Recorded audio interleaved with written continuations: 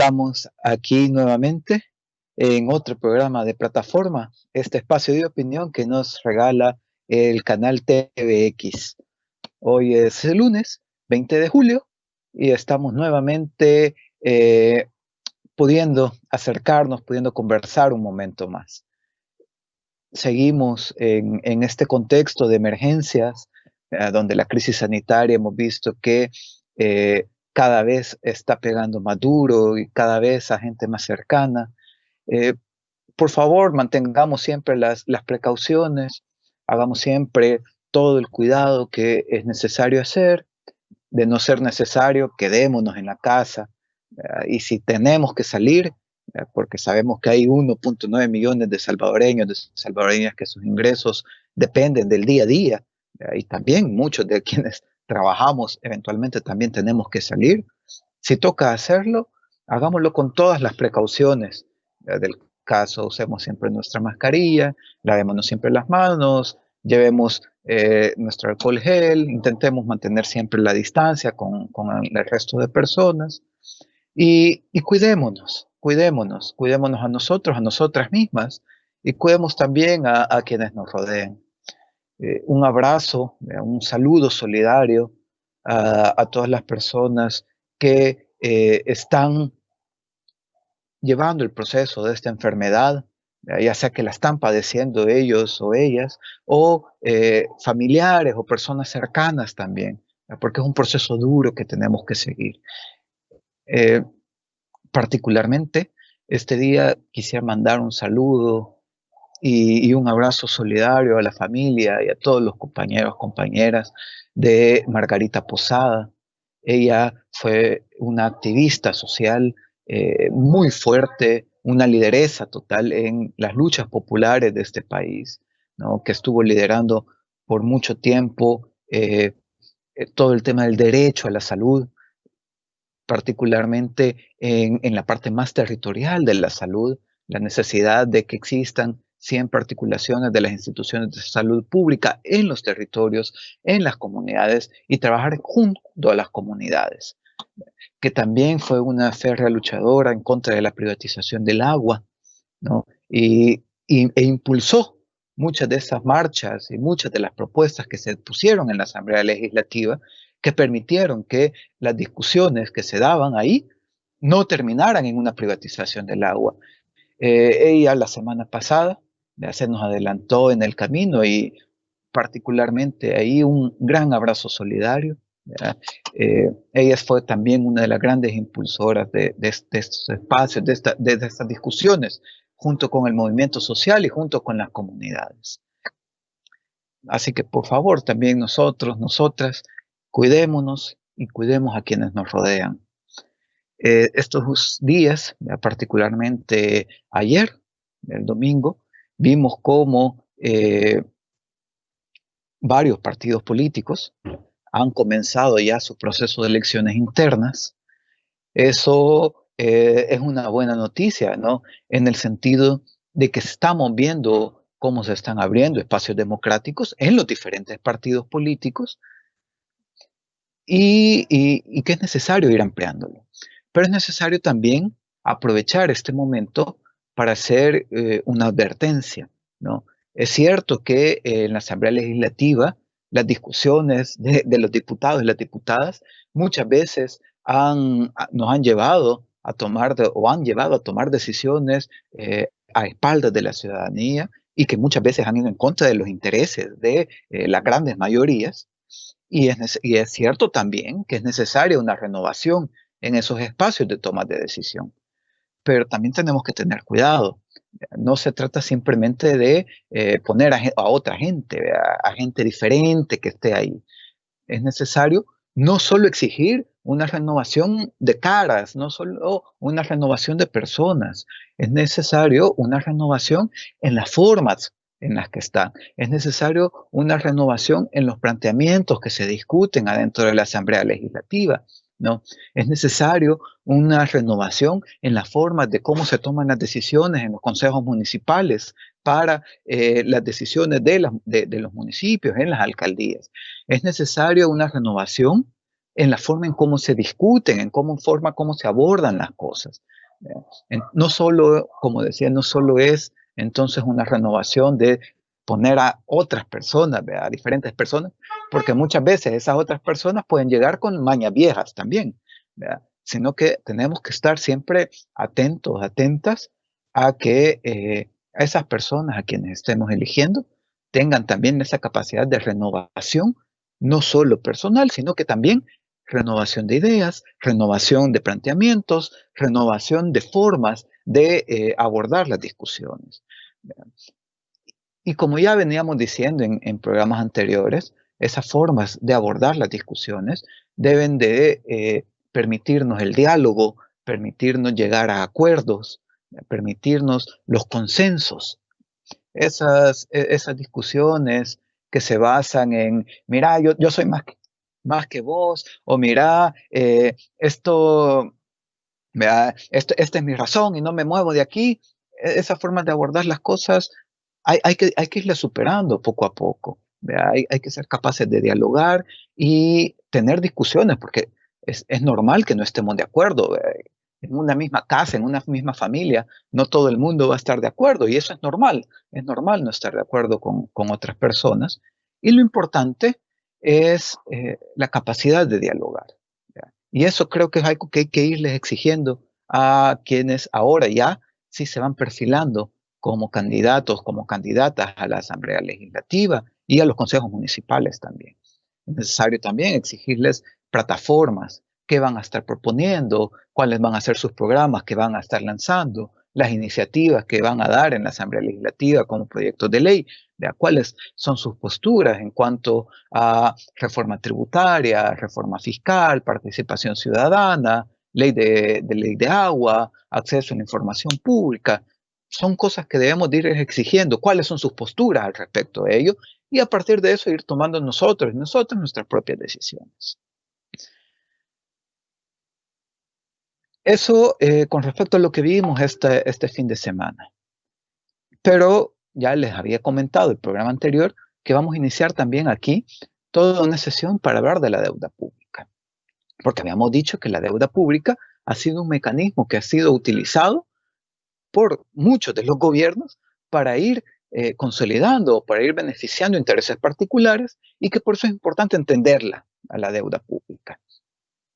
Y entonces, antes de empezar a ver números y empezar a ver cómo está el panorama actual, ¿verdad? Porque de repente, ese así fue una discusión bastante amplia que se dio, ¿verdad? Porque de repente decían, no, nosotros en la Asamblea Legislativa decían, ¿verdad? No, y nosotros le hemos aprobado ya 3.000 millones al presidente, ¿y por qué no los está usando? Ya tiene 3.000 millones.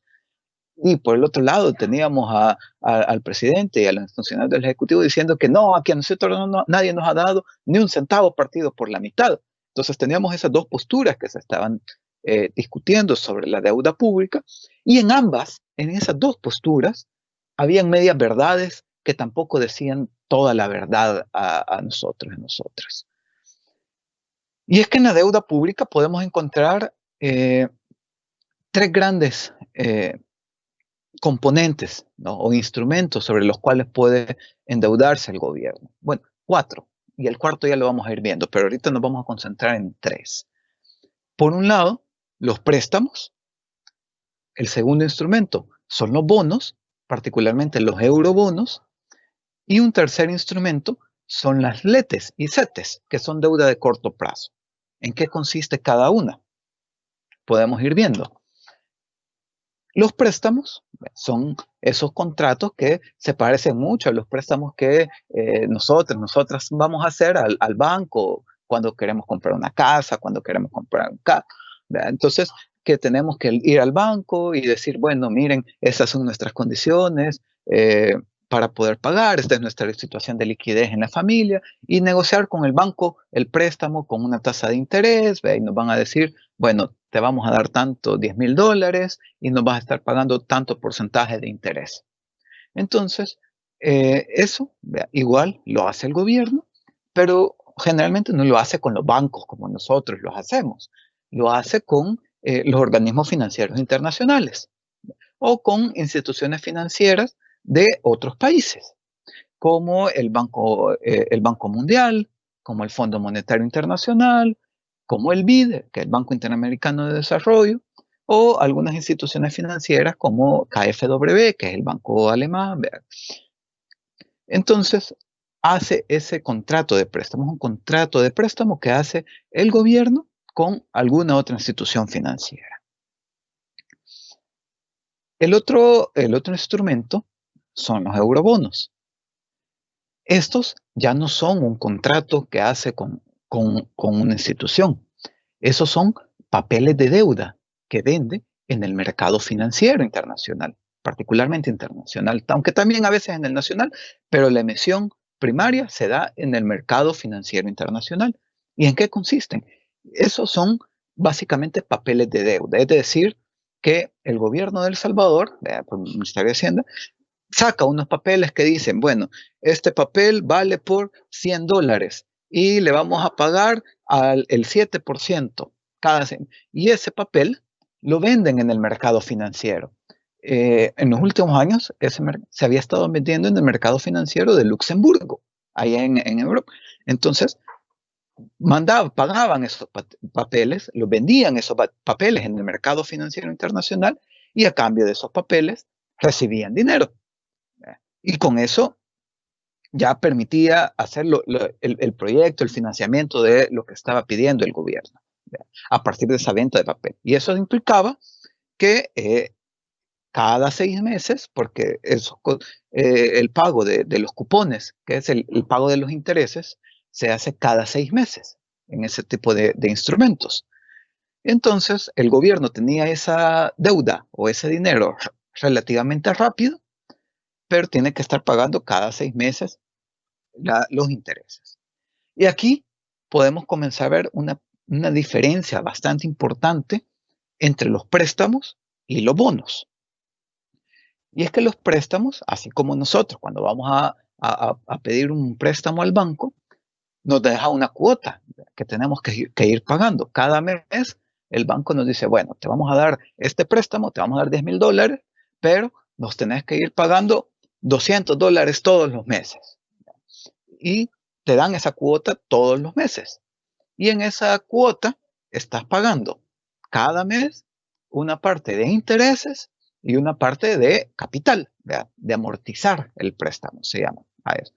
Entonces, cada vez, en cada cuota, como lo que debes es menos, los intereses también van siendo una parte cada vez menor de la cuota que se está pagando. Y al final de los 20 años, si el préstamo es para 20 años, al final de los 20 años, en la última cuota, has pagado los intereses y has pagado el capital y te quedas libre. A los 20 años ya pagaste tus cuotas y vámonos. Entonces pasa igual con los préstamos en el gobierno. Se hacen un contrato con el BID, con el Fondo Monetario, con el Banco Mundial, donde le dicen, bueno, te vamos a prestar 250 millones al 3, al 4%, nos vas a pagar durante 20 años, entonces nos ponen una cuota. Cada mes nos vas a tener que estar pagando tanto.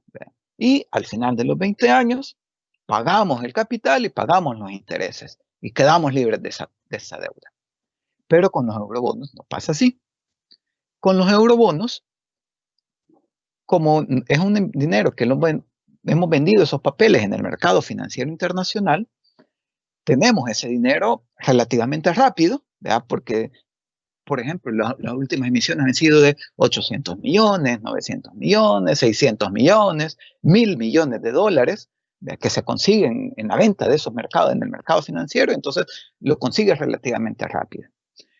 Pero lo que te compromete o lo que se compromete a pagar el gobierno es un cupón semestral, es decir, la tasa de interés cada 6 meses. Y esa no es una cuota como la del banco, donde en esa cuota se amortiza parte del capital y se pagan intereses, sino que ese es un pago que se hace exclusivamente a intereses. Es decir, que si es un préstamo es una emisión de bonos por 1.000 millones al 9%, estamos hablando que vamos a tener que pagar 90 millones cada 6 meses, cada año. Implica 45 millones cada 6 meses. y entonces cada 6 meses vamos a estar pagando 45 millones, 45 millones, 45 millones, 45 millones. Y el pago que vamos a estar haciendo va a ser exclusivamente un pago a intereses. No va a ser un pago al capital, va a ser un pago solo a intereses. Es decir, que durante 6 meses vamos a estar pagando, vamos a estar pagando, vamos a estar pagando, vamos a estar pagando, vamos a estar pagando. Y al final de los 20 años, si es una emisión por 20 años, al final de los 20 años, vamos a haber pagado todos estos meses solo de intereses, llegamos a los 20 años y vamos a deber el monto que habíamos conseguido al principio. Es decir, que si habíamos hecho una emisión por $10,000, digamos, habíamos estado pagando cada 6 meses, cada 6 meses, cada 6 meses, cada 6 meses, y al final de los 20 años tenemos que pagar de un solo los $10,000, porque todo el resto que veníamos pagando habían sido solo intereses. Y entonces ahí se complica, ¿verdad? Porque necesitas otra vez otros $10,000 rápido para pagar esos $10,000. Y así se ha venido manejando eso de los eurobonos. Les había comentado, vea, han sido emisiones de 800 millones, 650 millones, 1.000 millones. Y entonces lo que se ha venido haciendo es, por ejemplo, el más fuerte fue el de 2002, 2003. Y lo que se hacen es, bueno, cuando se vence este eurobono de 800 millones, emito otros eurobonos de 900 millones para pagar esos 800, me quedo con 100 para hacer otros proyectitos y pagar esos 800 millones más a largo plazo. Y así, y cuando se vencen esos otros 800 millones, otra nueva deuda para pagar esta deuda. Y así se ha venido manejando el tema de los eurobonos, mandando siempre la patada, la pelota, tirando la pelota hacia adelante, cada vez más hacia adelante, hacia adelante, hacia adelante.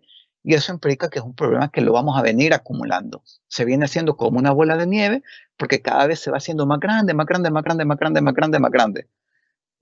Si vemos los datos hasta febrero, antes de que existiera todo el tema de la emergencia, porque vamos a ver cómo cambia después con la emergencia, pero hasta febrero, cuando no había emergencia, habían alrededor de 6.500 millones de dólares en eurobonos. Eso es lo que debíamos en eurobonos.